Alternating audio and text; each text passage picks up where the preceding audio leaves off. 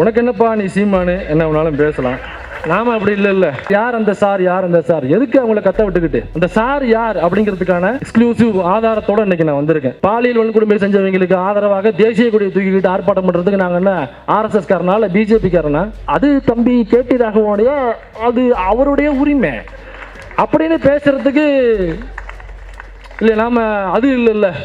எல்லாமே எங்க அக்கா விஜயலட்சுமி, பாதிக்கப்பட்ட விஜயலட்சுமி அவர்கள் டெய்லி வீடியோ போட்டு இருக்காங்க. சீமான் செருப்பு பிஞ்சிரு சீமான். நாம் தமிழர் கட்சி நிர்வாகிகளை வைத்துக் கொண்டு அந்த பெண்ணை அந்த சூவின்கம் சாப்பிட்டதுக்கு அப்புறம் அந்த லைட்டான ஒரு மயக்கத்தில் இருப்பாங்க இல்லைங்களா, அந்த நிலைமையில அவங்கள பாலியலாக சுரண்டி இருக்கான். குற்றாலத்தில் ரூம் போடுவோம், நீ கண்டிப்பாக வர வேண்டும், இதே போன்று அவர்களுடன் நீ ஃபேவர் பண்ண வேண்டும், உன்னுடைய பெட்டை ஷேர் செய்ய வேண்டும், நீ பாலியலாக உடல் உறவு அவளை வைத்துக் கொள்ள வேண்டும் அப்படின்னு அந்த பெண்ணை மிரட்டி இருக்கிறார். நாம் தமிழர் கட்சி அதுக்காக ஒரு விங் மாதிரி, IT விங் மாதிரி எங்க ஆபீஸ்ல ஃபுல் ஒர்க்குமே அவங்களுக்காக தான் போயிட்டு இருக்குது. கட்சியிலேயே நிறைய பேருக்கு வந்து பொண்ணுங்க தேவைப்படுது, அங்கேயும் ஒன்று நான் அனுப்புறேன். அவரு ஃபீல்டில் விடையும் அடுத்தவங்களுக்கு அனுப்புறதுல சொல்லும் போது அந்த சார் இந்த கட்சியில இருக்காரு, அவருடைய பேர் இதுன்னு அவங்க குறிப்பிட்டிருக்காங்க. அதுல நீ சட்டையை கழட்டி வச்சுட்டு வாம்ப, ஏன் அயன் பண்ணி தர போறியா?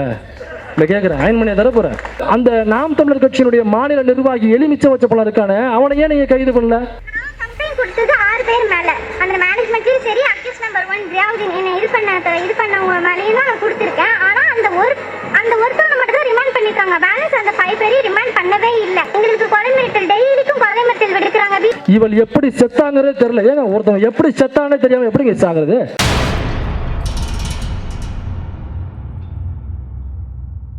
இந்திரகுமார் அளவுக்கு இல்லாட்டாலும் நானும் ஒரு 4 பேப்பர் எடுத்துட்டு வந்திருக்கேன். நாங்களும் சீப்பு வச்சிருக்கோம். பேசிக்கிட்டு இருக்கிற இன்பிட்வீன் கேப்ல தெரியல, இந்த 10 கேமரால ஏதோ ஒரு கேமரா இருக்கலாம், அல்லது எங்கிட்டாவது இடையில இருந்திருக்கலாம். இப்ப தம்ப்நெயில் போட்டு வீடியோ போட்டிருக்காங்க. சீமானை கண்டித்து நடத்திய கூட்டத்தில் கூட்டம் இல்லாமல் கடுப்பாகிய சுபவி. கொஞ்சம் கடுப்பா முகத்தை வச்சுங்க ஐயா, கொஞ்சம் கடுப்பா. நீங்க சிரிச்சுக்கிட்டு இருக்கீங்க, தம்ப்நெயில்ல போட்டோ இல்லாம வேற எங்கேயோ இருந்து எடுத்து வச்சிருக்கீங்க. கொஞ்சம் கடுப்பா வச்சிருந்தீங்கன்னாக்கா அவங்களுக்கு கொஞ்சம் ஈஸியா இருந்திருக்கு. எப்ப சொன்னீங்கன்னா நாங்களே தம்ப்நெயில் அனுப்புறோம். உண்மையிலேயே கடுப்பு தான். என்னன்னா ரொம்ப கம்மியா பசுமன் பாண்டியன் பேசிட்டாருங்கிறது எனக்கு கடும் கோபம். அதுல இன்னொரு தம்ப்நெயில், சீமானை கண்டித்து ஆர்ப்பாட்டம், நேரில் சென்று பார்க்க சீமானே போகிறார், சீமானை விரைகிறார் அப்படின்னு. அதில் அந்த கட்சியில் ஒருத்தன் இருப்பான், அவன் பேரை நான் வழக்கமாக வேறு மாதிரி உச்சரிப்பேன். ஆனால் மேடையில் பல மூத்த தோழர்கள் இருக்காங்க, கீழேயும் தோழர்கள் இருக்காங்க. அதனால் மாணிக்கம்னு நான் சுருக்கம் கூப்பிட்டுக்கிறேன். இந்த மாணிக்கம் ஒரு பதிவை போட்டிருக்காப்புல, எங்கள் அண்ணன் இசுசு கார் எடுத்துகிட்டு விரைந்து வந்து கொண்டு இருக்கிறார் அந்த கூட்டத்தை நோக்கி. ஏன்னா அவர் திட்டுறதை அவர் பார்க்கறது ரொம்ப ஷாலியாக இருக்கும், அதனால் அண்ணன் வந்துக்கிட்டு இருக்காரு அப்படின்னு. வரவேற்க நாங்களும் தயாராக இருக்கிறோம். தில் இருந்தால் வாருங்கள், இல்லை என்றால் 13வது ரவுண்டை முடித்து விட்டு தூங்கவும். ஏன்னா எங்களுக்கு நிறைய வேலைகள் இருக்கு. உனக்கு என்னப்பா நீ சீமானு என்ன வேணாலும் பேசலாம். நாம அப்படி இல்லை. ஒரு கண்டென்ட் எடுத்தாலும் ஒரு 13 தடவை கிராஸ் செக் பண்ணிட்டு அதுக்கப்புறம் சரியா தவறானு சொல்லிட்டு தோழர்கள்ட்ட ஃபோன் பண்ணி கேட்டுட்டு, அப்புறம் நம்மளுடைய வெப்பன் சப்ளையர் ஐயா சுபவி அவர்களுக்கு ஃபோன் பண்ணி கேட்டு, ஐயா அது சரிங்களா, அது பேசலாமான்னு கேட்டு அதுக்கப்புறம் தான் நம்ம பேசியாகணும். ஒரு வார்த்தை போனாலும் திரும்ப மறுநாள் அதற்கான மன்னிப்பை நம்ம கேட்கணும் மக்கள்கிட்ட. ஏன்னா நமக்கு இந்த கடமை இருக்கிறது அப்படிங்கிறதுனால. இந்த கூட்டத்தை ஏற்பாடு செய்த ஐயா சுபவி அவர்களுக்கும், இந்த மேடையில் வீட்டிருக்கிற மூத்த தோழர்களுக்கும், பெரியார் விருதை வாங்க இருக்கிற ஐயா விடுதலை ராஜேந்திரன் அவர்களுக்கும், தோழர் அருள்மொழி தோழர் அவர்களுக்கும், ஐயா பெல்ராஜன் அவர்களுக்கும், தோழர் மதிவதனி அவர்களுக்கும், இன்னும் நிறைய தோழர்கள் வந்திருக்கிறீங்க. இப்படி உச்சரிச்சுக்கிட்டே இருந்தனாக்கா 5 நிமிடத்தில் முடிக்கும்னு சீட்டு கொடுத்துருவாங்க. அதனால இன்னைக்கு வழக்கமாக பேசுகிற விஷயங்கள் நிறைய இருக்கு. அதோட சேர்ந்து இன்னைக்கு ரொம்ப முக்கியமான ஒரு 2 விஷயத்தை நான் ஆதாரங்களோட இங்கே எக்ஸ்போஸ் பண்ண வந்திருக்கேன். ரொம்ப முக்கியமான எக்ஸ்க்ளூசிவ் கண்டென்ட். இது வரைக்கும் எந்த யூடியூப் சேனல்லையும், எந்த சோஷியல் மீடியாவிலையும், எந்த மெயின் ஸ்ட்ரீம் மீடியாவிலையும் வராத முக்கியமான 2 வழக்குகள் சம்பந்தப்பட்ட ஆதாரங்களோட நான் இன்னைக்கு வந்திருக்கேன்.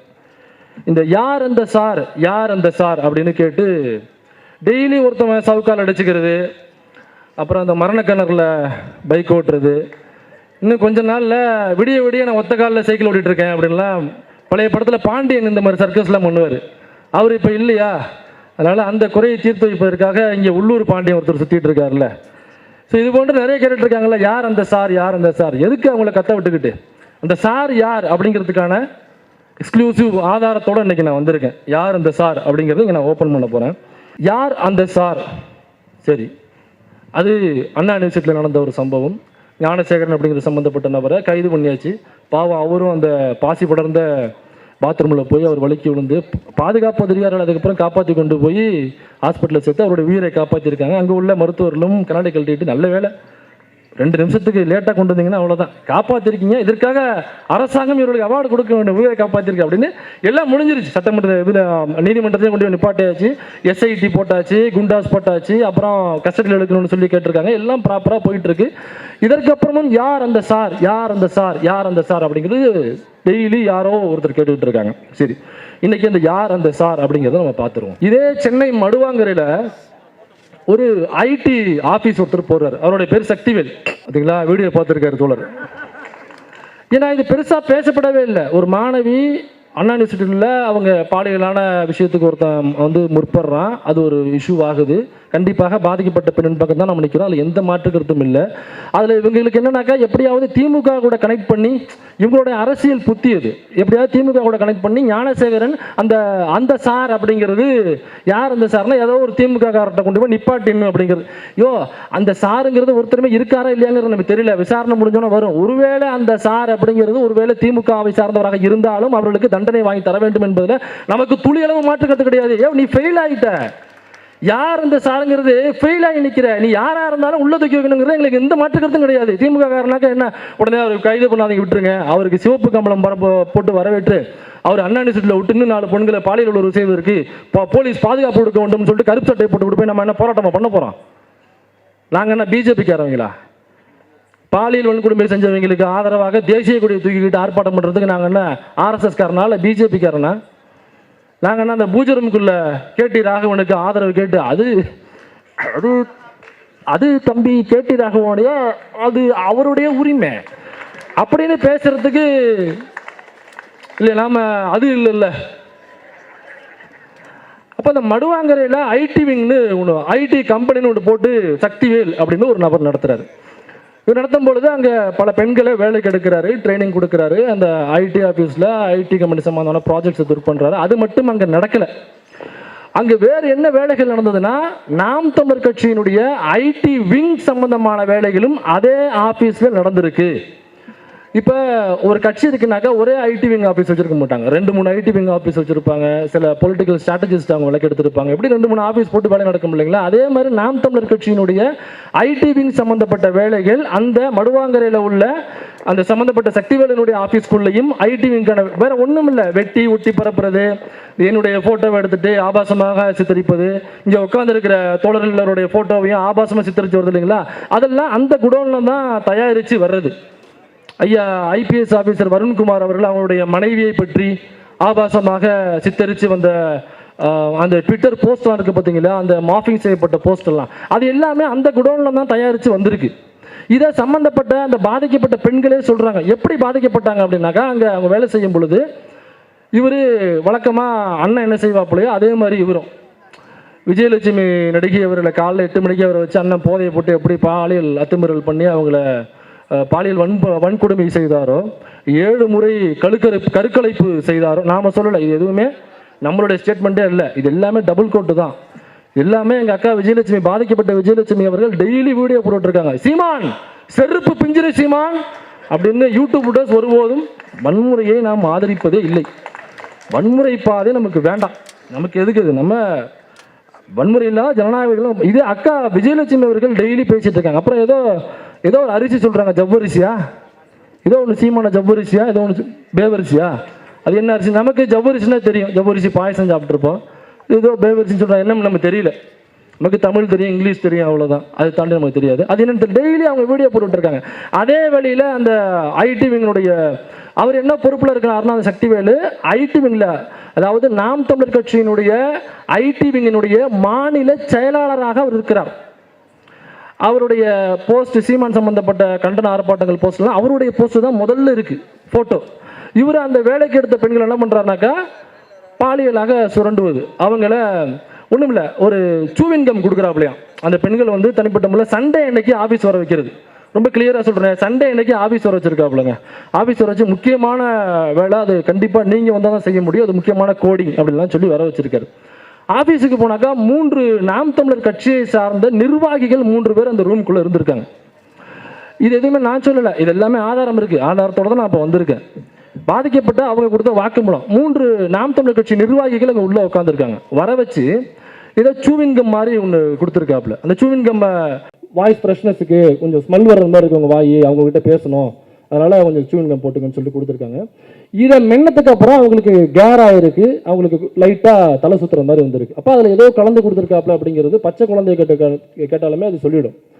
அப்போ இது நடந்ததுக்கு அப்புறம் அந்த 3 நாம் தமிழர் கட்சி நிர்வாகிகளை வைத்துக்கொண்டு அந்த பெண்ணை அந்த சூவின்கம் சாப்பிட்டதுக்கு அப்புறம் அந்த லைட்டான ஒரு மயக்கத்தில் இருப்பாங்க இல்லைங்களா, அந்த நிலைமையில் அவங்கள பாலியலாக சுரண்டியிருக்கான். பாலியலாக சுரண்டுறதுனா உங்களுக்கு புரியும்னு நினைக்கிறேன். இதுக்கு மேலே நம்ம அதை ஓப்பனாக சொல்ல முடியாது. ஸோ அது செய்யும்பொழுது அவங்கள வச்சுக்கிட்டே செஞ்சுருக்கான். அதை வீடியோவாகவும் ரெக்கார்ட் பண்ணியிருக்காரு. வீடியோவை ரெக்கார்ட் பண்ணி அந்த வீடியோவை வச்சுக்கிட்டு அதுக்கப்புறம் ஒவ்வொரு முறையும் அவங்கள பாலியலாக சுரண்டுவது. அந்த ஒரு பெண்ணு மட்டும் இல்லை, 3 பெண்கள் மொத்தம். அதில் பாதிக்கப்பட்ட பெண்கள் கம்ப்ளைண்ட் தர்றதுக்காக முன் வந்தது 3 பெண்கள். ஆனால் அந்த ஆஃபீஸில் வேலை பார்த்தா அது 60 பெண்கள். அப்போ எத்தனை பெண்கள் பாதிக்கப்பட்டிருப்பாங்க? தைரியமாக 3 பெண்கள் கம்ப்ளைண்ட் பண்ண வெளில வந்தவங்க. நான் சொல்கிறது அந்த பாதிக்கப்பட்ட பெண்கள் சொல்கிறாங்க, எங்களை மாதிரியே உள்ளே நிறைய பெண்கள் பாதிக்கப்பட்டிருக்காங்க. சரிங்க, நாம் தமிழர் கட்சியில் ஒரு ஐடி விங்கில் மாநில செயலாளராக இருக்கார், அதுக்காக அந்த கட்சியே அப்படின்னு சொல்லிட முடியுமா அப்படின்னு ஒரு கேள்வி வரும். நம்ம பகுத்தறிவாளர்கள் அந்த கேள்வி கேட்போம்ல, அதை மட்டும் வச்சுக்கிட்டு நான் நாம் தமிழர் கட்சி குற்றம் சுமத்தலை, ஒரு தனிநபருடைய தவறுன்னு சொல்ல வரல. அந்த நிர்வாகிகள் உள்ளே இருந்தாங்களே அதையும் வச்சு கூட அந்த பாயிண்ட்டை வச்சுட்டு கூட நான் அதை பேசலை. அதுக்கப்புறம் அவங்க கொடுக்குற வாக்குமூலம் என்னென்னா, இதே மாதிரி நீ கட்சி நிர்வாகிகளுக்கும் பெண்கள் தேவை, நாம் தமிழர் கட்சி நிர்வாகிகளுக்கு அவர்களுடன் நாங்கள் ரூம் போடுவோம், பாண்டிச்சேரியில் காலத்தில் ரூம் போடுவோம், நீ கண்டிப்பாக வர வேண்டும், இதே போன்று அவர்களுடன் நீ ஃபேவர் பண்ண வேண்டும், உன்னுடைய பெட்டை ஷேர் செய்ய வேண்டும், நீ பாலியலாக உடல் உறவு அவளை வைத்துக் கொள்ள வேண்டும் அப்படின்னு அந்த பெண்ணை மிரட்டி இருக்கிறார். அந்த பெண் மறுத்திருக்கு. மறுத்தினாக்கா இந்த வீடியோவை நான் உன்னுடைய புருஷனுக்கு அனுப்புவேன், கல்யாணமான பெண்களாக இருந்தா. கல்யாணம் ஆகாத பெண்கள்னாக்கா இந்த வீடியோவை என்னுடைய ஐடி விங்கை வச்சு, நாம் தமிழர் கட்சி ஐடி விங்கிறது எவ்வளோ பெரிய ஐடி விங்னு தெரியுமா, அந்த ஐடி விங்க கிட்ட இந்த வீடியோவை கொடுத்து நான் உலகம் முழுக்க உள்ள எல்லா தமிழர்கிட்டையும் போய் சேர்க்கறதுக்கான வேலையை நான் பார்ப்பேன், நீ எப்படி வாழ்றங்கிறத நான் பார்க்குறேன் அப்படின்னு இந்த வீடியோ இது ஃபார்முலாவாக பண்ணியிருக்காப்புல. சம்மந்தப்பட்ட பெண்கள் அவங்க கொடுத்த வாக்குமூலம் அது. ஸோ அது எத்தனை மீடியாவில் எவ்வளோ பேர் இதை கவர் பண்ணீங்க, இவ்வளோ கேமராஸ் இருக்குது, எவ்வளோ பேர் நீங்கள் இதை கவர் பண்ணி, எவ்வளோ பெரிய விஷயங்கிறது. 60 பெண்கள் பாதிக்கப்பட்டிருக்காங்க. நாம் தமிழர் கட்சி நிர்வாகியாக இருக்கான், மாநில செயலாளராக இருக்கான், 3 நாம் தமிழர் கட்சி நிர்வாகிகளை வர வச்சு, அது யாருன்னு தெரில 3 பேர். அது பாக்யராஜா இருக்கலாம், சத்யாவாக இருக்கலாம், சத்யானாக்கா அந்த கட்சியில் அவனாக இருக்கலாம், அல்லது மாணிக்கமாக இருக்கலாம், கரிகஞ்சியாக இருக்கலாம், ஏன் அண்ணன் சீமானா கூட இருக்கலாம், அது தெரியல. அது பாதிக்கப்பட்ட பெண் வந்து சொன்னாதான் அது யாருங்கிறதே தெரியும். எனக்கு அந்த பேரை உச்சரிக்கிறாங்க, ஆனால் அந்த இடத்துல பீப் போட்டிருக்காங்க, மரியாதை கருதி, அல்லது அது தெரியக்கூடாது.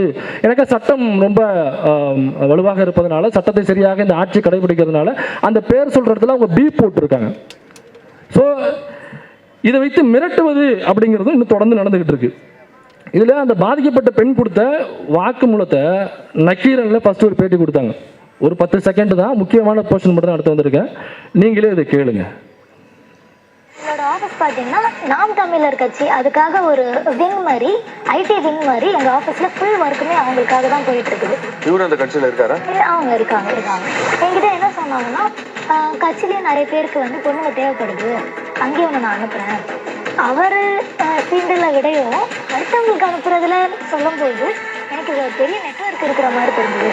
பாண்டிச்சேரி, குற்றாலம் போகலாம், எங்கே வேணால் நம்ம போகலாம், அவங்க கட்சி ஆளுங்களுக்கும் தேவைப்படும், நீ கோஆப்ரேட் பண்ணணும், இதெல்லாம் நீ பண்ணினா உன்னை இன்னும் நல்ல பொசிஷனுக்கு பிஸ்னஸ் டெவலப்மெண்ட் அசோசியேட் ஆக்குவேன். ஸோ இதில் நல்லா கவனிச்சுன்னா அவங்க சொல்கிற வாக்குமூலம் நக்கீரனில் அவங்க பேட்டியாக கொடுத்துருக்காங்க.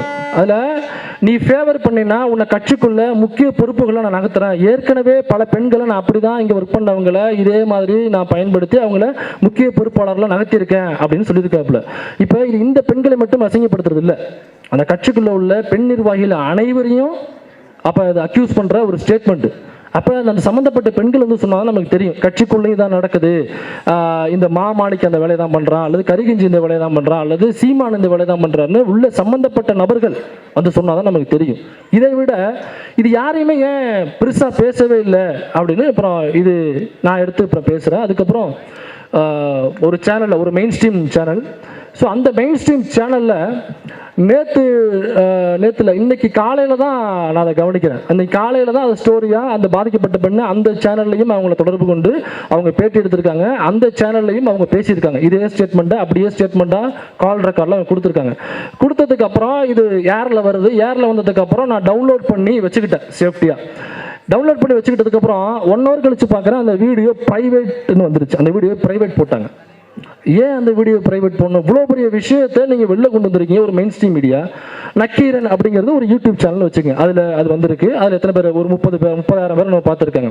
ஆனால் மெயின் ஸ்ட்ரீம் மீடியாவில் வரும்பொழுது பல லட்சம் மக்கள்கிட்ட போய் சேரும்ல அது. அப்போ அது ஏரில் வந்ததுக்கப்புறம் அது ப்ரைவேட் ஆகிருக்குனாக்கா யார் சொல்லி அந்த வீடியோ ப்ரைவேட் போட்டது? சீமான் சொன்னாரா? மிரட்டினாப்லையா?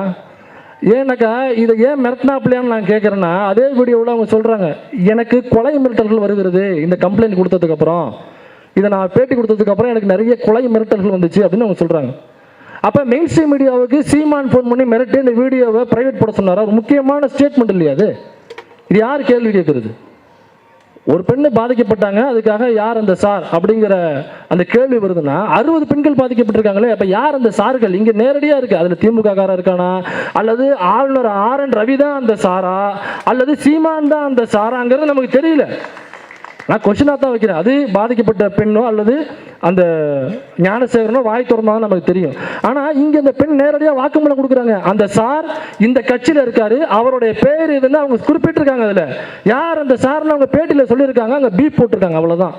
அப்போ கொடுத்த கம்ப்ளைண்ட்டில் யாருன்னு சொல்லியிருப்பாங்கல்ல, அந்த போலீஸ்ல யாருன்னு சொல்லியிருப்பாங்கல்ல, அந்த நாம் தமிழர் கட்சி நிர்வாகி யாருன்னு சொல்லியிருப்பாங்கல்ல, இவன் இல்லாமல் வந்த நிர்வாகி யாருன்னு சொல்லியிருப்பாங்கல்ல, யாருடன் பெட்டை ஷேர் பண்ண சொல்லியிருப்பாங்கன்னு சொல்லியிருப்பாங்கல்ல. அப்போ ஏன் இந்த காவல்துறை ஒரே ஒரு கைது மட்டும்தான் நடந்திருக்கு? அந்த அந்த இவர் சக்திவேலுங்கிற CEO இருக்கான் பார்த்தீங்களா, அவனை மட்டும்தான் கைது பண்ணியிருக்காங்களே தவிர இந்த நாம் தமிழர் கட்சிக்குள்ளேயே அதை கொண்டு போகல இந்த காவல்துறை. அப்போ காவல்துறை நம்ம கேள்வி எழுப்புறோம். காவல்துறை அதிகாரிகள் நிறைய பேர் வந்திருக்காங்க. இங்கே நிறைய கேமரா வந்திருக்கு. இது கண்டிப்பாக போய் சேருங்கிறது எனக்கு இது நம்ம சிஎம் பார்த்து சொல்கிற இடத்துல நம்ம இல்லை, டெபுட்டி சிஎம் நேராக பார்த்து சொல்கிற இடத்துல நம்ம இல்லை. ஒரு கமிஷனரை, ஜாயின்ட் கமிஷனரா அல்லது எஸ்பியை, டிஎஸ்பியை இவங்களை பார்த்து பேசுகிற இடத்துல நாம் இல்லை. நாம் ஆஃப்டர் ஆல் ஒரு யூடியூபர். நம்மளால் என்ன முடியுமோ அந்த வேலையை எனக்கு இந்த கடமை இருக்குன்னு உணர்ந்து நான் செஞ்சுக்கிட்டு இருக்கேன். ஏன்னா என்னுடைய பெயர் மைனர் பிடெக். இந்த பிடெக்னு இருக்குது பார்த்தீங்களா, இது என் தலைமுறையில் 2009 தான் எனக்கு இந்த பேருக்கு பின்னாடி பிடெக்ன்ற வார்த்தை எனக்கு கிடச்சிச்சு. இந்த வார்த்தை என்னுடைய பேருக்கு பின்னாடி வந்து சேர்றதுக்குள்ள 2009 வருடங்கள் ஆகிருக்கு. எனக்கு என் பேருக்கு பின்னாடி இந்த படிப்பு வந்து சேர்றதுக்கு முதல் தலைமுறை பட்டதாரியாக என் வீட்டில் தான் நான் வந்து நிற்கிறேன். அப்போ எனக்கு அந்த கடமை இருக்கிறத நான் உணர்றேன். After all YouTuber. உனக்கு டிஐஜியே வந்து after all DIG, IPS officer, நீ ஆஃப்டர் ஆல் ஐபிஎஸ் ஆஃபீஸர், நீ சட்டையை கழட்டி வச்சுட்டு வாம்ப. ஏன் அயன் பண்ணி தர போறியா? இல்லை கேட்குறேன், அயன் பண்ணி தர போகிறேன். சட்டையை கழட்டி வச்சுட்டு வா, சட்டையை கழட்டி வச்சுட்டு வா, சட்டையை கழட்டி. வீரலட்சுமின்னு ஒரு அக்கா இருக்கும், அவங்க வீட்டுக்காரட்டு இதே மாதிரி எங்கள் அண்ணா ஒரு தடவை ப்ரெஸ் மீட்டில் சட்டையை கழட்டி வா, அந்த ஆள் சட்டையெல்லாம் கழட்டி வச்சுட்டு அவர் பாக்ஸிங்கில் ஓட நிற்கிறாப்புல. இதான் கிரவுண்டு, ரிங்கு போட்டாச்சு, சட்டையை கழட்டிட்டேன், வேறு என்னத்தை கழட்டுறதுன்னு சொல்லி நான் தயாராக இருக்கேன். ஆனால் ஒரே ஒரு கண்டிஷன், நான் சீமானோட 2 கையில் சண்டை போட மாட்டேன். அது எனக்கு பெரிய அசிங்கம். ஒரு கையை கட்டிக்கிட்டு ஒரு கையில் தான் சண்டை போடுவேன். இஃப் யூ ஹேவ் கட்ஸு, நான் சொன்னது cuts, if you have cuts வாங்க அப்படின்னா ஒரு டேரிங்காக போட்டு நின்னாப்புல. அதுக்கப்புறம் மறுநாள் கேட்கும் பொழுது இது அவங்க கூப்பிட்றாங்கிறதுக்காக நம்ம போயிட முடியுமா அப்படின்னு கேட்டா, கூப்பிட்டது நீ, அவர் டேரிங்காக வந்து நின்றாப்புல, அவங்க கூப்பிட்டாந்துக்காக வர முடியுமான்னு மூக்க நோண்டிகிட்டு இருக்கு.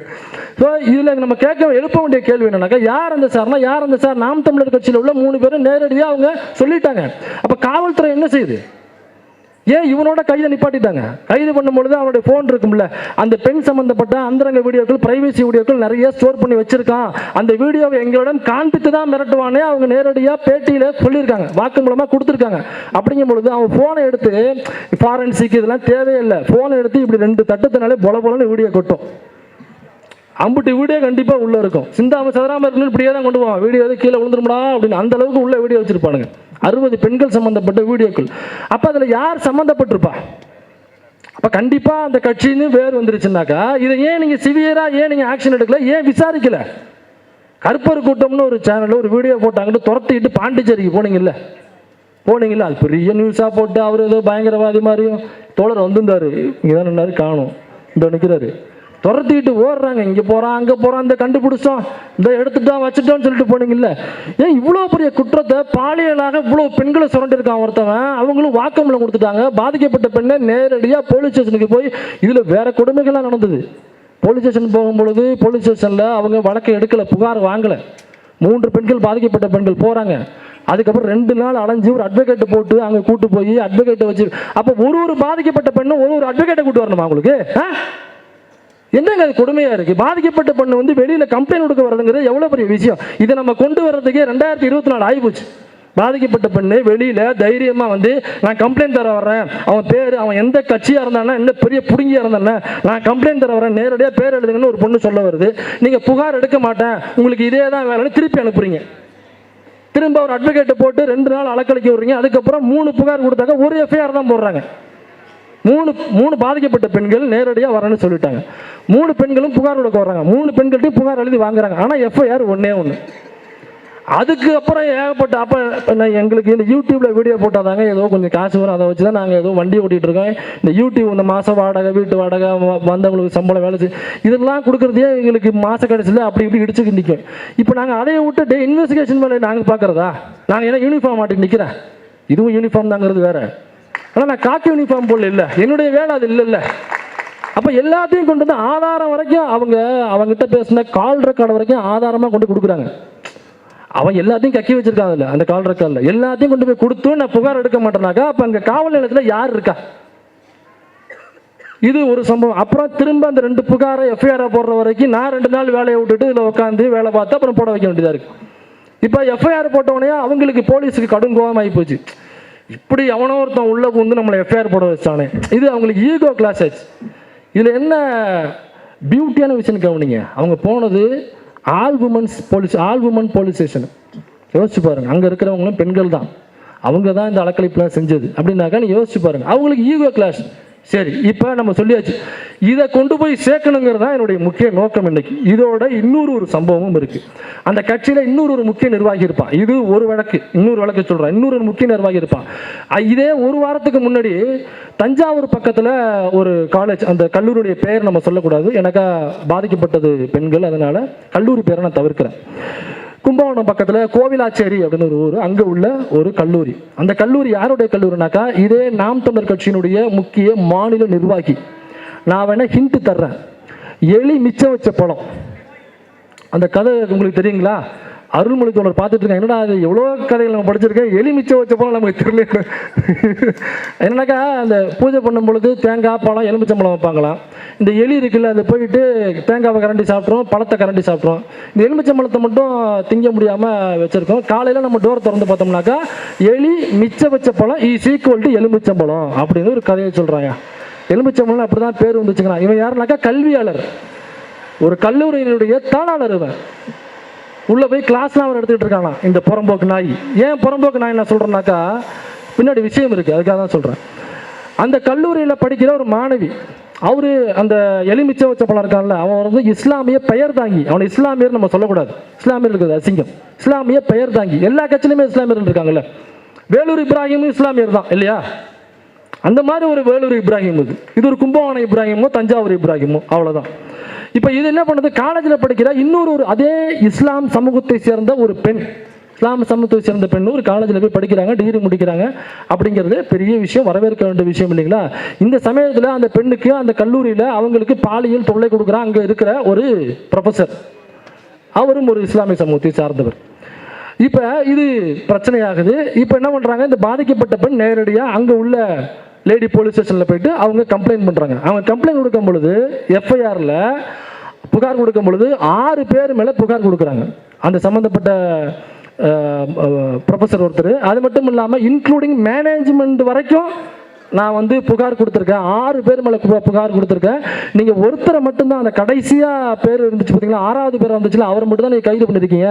அதற்கு முன்னாடி உள்ள 5 பேரை நீங்கள் கைது பண்ணல அப்படிங்கிற கேள்வியை அவங்க வெதும்பி போய் ஆக்ஷனே எடுக்காமல் இருந்து இவங்க ஒருத்தரை மட்டும் கைது பண்ணவனே. அதுக்கப்புறம் அவன் என்ன பண்ணியிருக்கான், யார் இந்த எலி மிச்சம் வச்ச பழம், அவன் என்ன பண்ணுறான், ரவுடிகளை இந்த பொண்ணு வீட்டுக்கு அனுப்பிச்சிருக்கான். 10-15 ரவுடிகளை அனுப்பிச்சிருக்கான். அவங்க சிசிடிவி ஃபுட்டேஜ் எல்லாம் ஆதாரமாக வச்சுருக்காங்க. வீட்டுக்கு அனுப்பி மிரட்டுறான், புகாரை வாபஸ் வாங்கு, நம்ம பேசிக்கலாம், புகாரை வாபஸ் வாங்கு, இல்லைனாக்கா வேற மாதிரி நடமாட விட மாட்டோம்.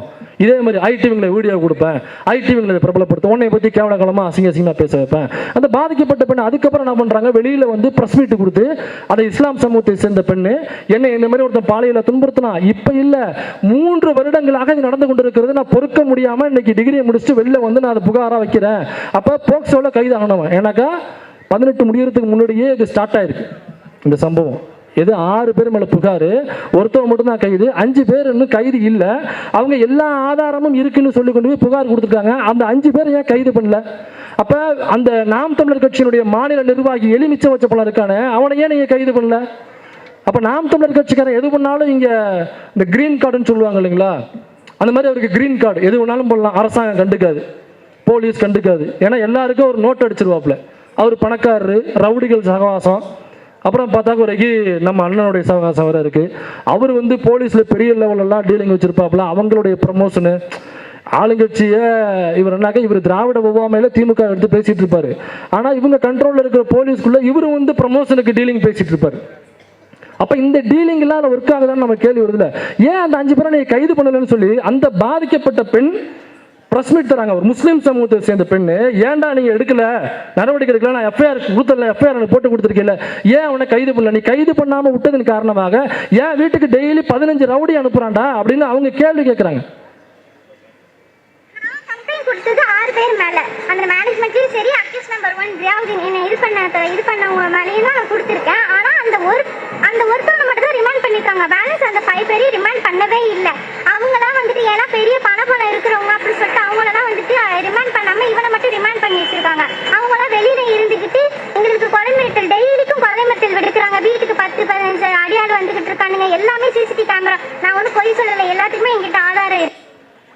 இது அந்த பெண்ணு எல்லா மெயின் ஸ்ட்ரீம் மீடியாவும் கவர் பண்ணியிருக்காங்க அந்த நியூஸ். ஆனால் இன்னமும் கைது இல்லை, அவர் ஜாலியாக சுற்றிக்கிட்டு இருக்காரு. அப்போ இப்போ நம்ம காவல்துறை தான் நம்ம கேள்வி கேட்குறோம்னாக்கா, பாதிக்கப்பட்ட பெண்ணு வெளியில் வந்து என்னை ஒருத்தன் இந்த மாதிரி பாலியலாக சுரண்டான், என்னை இவன் தான் பண்ணது அப்படின்னு யார்? தன்னுடைய ப்ரொஃபஸர் தன்னுடைய இன்டர்னல் மார்க் போயிடும். காலேஜுக்குள்ளே தானே பண்ணுவாங்க, வெளியில் சொன்னீங்கன்னாக்கா இன்டர்னல் மார்க் போயிடும், உங்களை ஃபெயில் போட்டுருவோம். அப்புறம் உங்களை பற்றி தப்பாத பாத்ரூம்குள்ளே வரைஞ்சி நாங்கள் ஏதாவது எழுத சொல்லுவோம், அதனால நீ பேசப்படாதுன்னு சொல்லி மிரட்டு அனுப்புவாங்களா. அதையெல்லாம் தாண்டி இருந்தாலும் பரவாயில்லன்னு பஸ்ட் அவுட் ஆகி அவங்க வழியில் வந்து பேசுகிறாங்கன்னா, அப்போ எவ்வளவு பாலியல் கொடுமைகளை அவங்க உள்ளே அனுபவிச்சுட்டு இருப்பாங்க. அதெல்லாம் தாண்டி வந்து சொல்கிறாங்க, ஒரு பெண் பாதிக்கப்பட்ட பெண்ணு, பாலியலாக பாதிக்கப்பட்ட பெண்ணு வெளியில் வந்து பேசுறதே சிரமங்க. பொள்ளாச்சியில் பாதிக்கப்பட்ட பெண் யாராவது ஒருத்தர் வந்தாங்களா? ஏன் வரல? அவ்வளோ பெண்கள் பாதிக்கப்பட்டாங்கல்ல.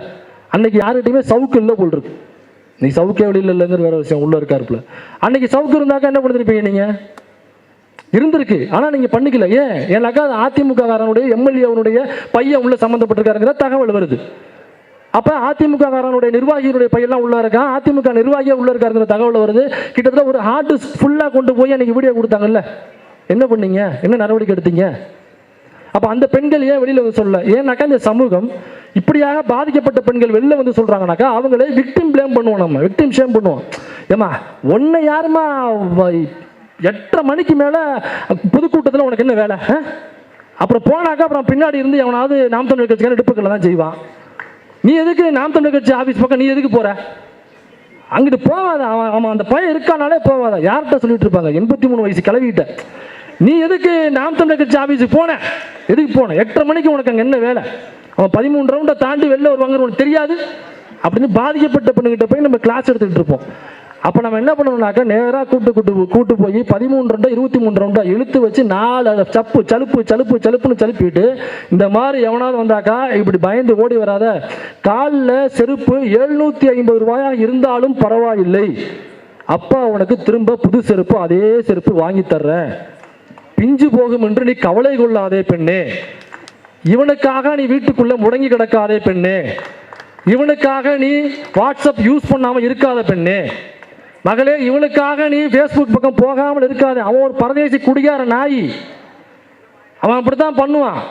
அதுக்காக நம்ம விட்டுட்டு வரக்கூடாது. நான் திரும்பவும் சொல்றேன், 750 ரூபாய் இருந்தாலும் பரவாயில்ல, திரும்ப வாங்கி தரேன்னு நம்ம தைரியம் சொல்லணும். ஆனால் நம்ம அப்படி சொல்றோமா? இல்லை. அப்படியாப்பட்ட சமூகம். அதனால தான் பொள்ளாச்சியில் ஒரு பெண்கள் கூட வெளியில் வந்து சொல்லலை. ஆனால் இங்கே பாதிக்கப்பட்ட பெண்கள் இப்போ ஏன் வெளில வந்து சொல்கிறாங்க? ஏன்னா அது அதிமுக ஆட்சி. அவங்க கேட்க மாட்டாங்க, இது திமுக ஆட்சி. இங்கே கேட்பாங்க, இது திராவிட மாடல் ஆட்சி. இது பெரியாரின் வழி நடக்கிற ஆட்சி, இது பேரறிஞர் அண்ணா வழி நடக்கிற ஆட்சி. இங்கே பெண்களுக்கு ஒரு கொடுமைனாக்கா இந்த அரசாங்கம் கேட்கும், இந்த காவல்துறை தட்டி கேட்கும். காவல்துறைக்குள்ளே சங்கிகள் இருப்பாங்க. நாம் தமிழ் கட்சிக்காரன் 1-2 பேர் இருப்பான்னு வச்சுங்க, மொத்தமே அவ்வளோதான் இருப்பான்னு வச்சுங்களேன். அப்படி இருந்தாலும் அவன் ஏதாவது தவறு பண்ணால் கூட இந்த அரசு கேட்கும் என்கிற நம்பிக்கையில் தான் இந்த கேமரா முன்னாடி நான் இதை பேச வந்தேன் இன்னைக்கு. அப்போ இதுக்கான ஆதாரம் என்னன்னாக்கா அந்த பொண்ணே சொல்லியிருப்பாங்க, நீங்கள் கேட்டிருப்பீங்க. அது மட்டும் இல்லாமல் அந்த கல்லூரிக்குள்ள இது ஒன்று மட்டும்தான் நடந்திருக்கா அப்படின்னா இல்லை, ஏகப்பட்ட விஷயம் நடந்திருக்கு. நான் நோண்டி எடுத்தேன்னாக்கா இது பேசணும்னு ஐயா கூப்பிட்டேன்னா நான் நோண்டி நொங்க எடுத்துட்டு எல்லாத்தையும் எடுத்து வந்திருக்கேன். ஒரு பெண்ணு அதே அந்த காலேஜில் படிக்கிற பொண்ணு இறந்து போயிருக்காங்க காலேஜுக்குள்ளே, கேம்பஸ்க்குள்ளே. இந்த சம்பவம் எப்போ நடந்துச்சுன்னா 2017 மே மாதம் 26-27 மே மாதம் 26-27 2017 இந்த சம்பவம். அந்த காலேஜுக்குள்ளே காலையில் 8:30 மணிக்கு எக்ஸாம் எழுத சென்ற பெண் மறுநாள் மதியம் 12:30 மணிக்கு அந்த காலேஜினுடைய கேம்பஸ்க்குள்ளே உள்ள கழிவறைக்குள்ள இந்த பெண் பிணமாக கிடக்கிறாள். இந்த பெண்ணுடைய பேர் நான் சொல்ல வேண்டாம்னு நினைக்கிறேன், அதனால தான் பிளாக் அண்ட் ஒயிட்டில் எடுத்துகிட்டு வந்தேன், கலரில் எதுவும் தெரியும் அப்படிங்கிறதுக்காக.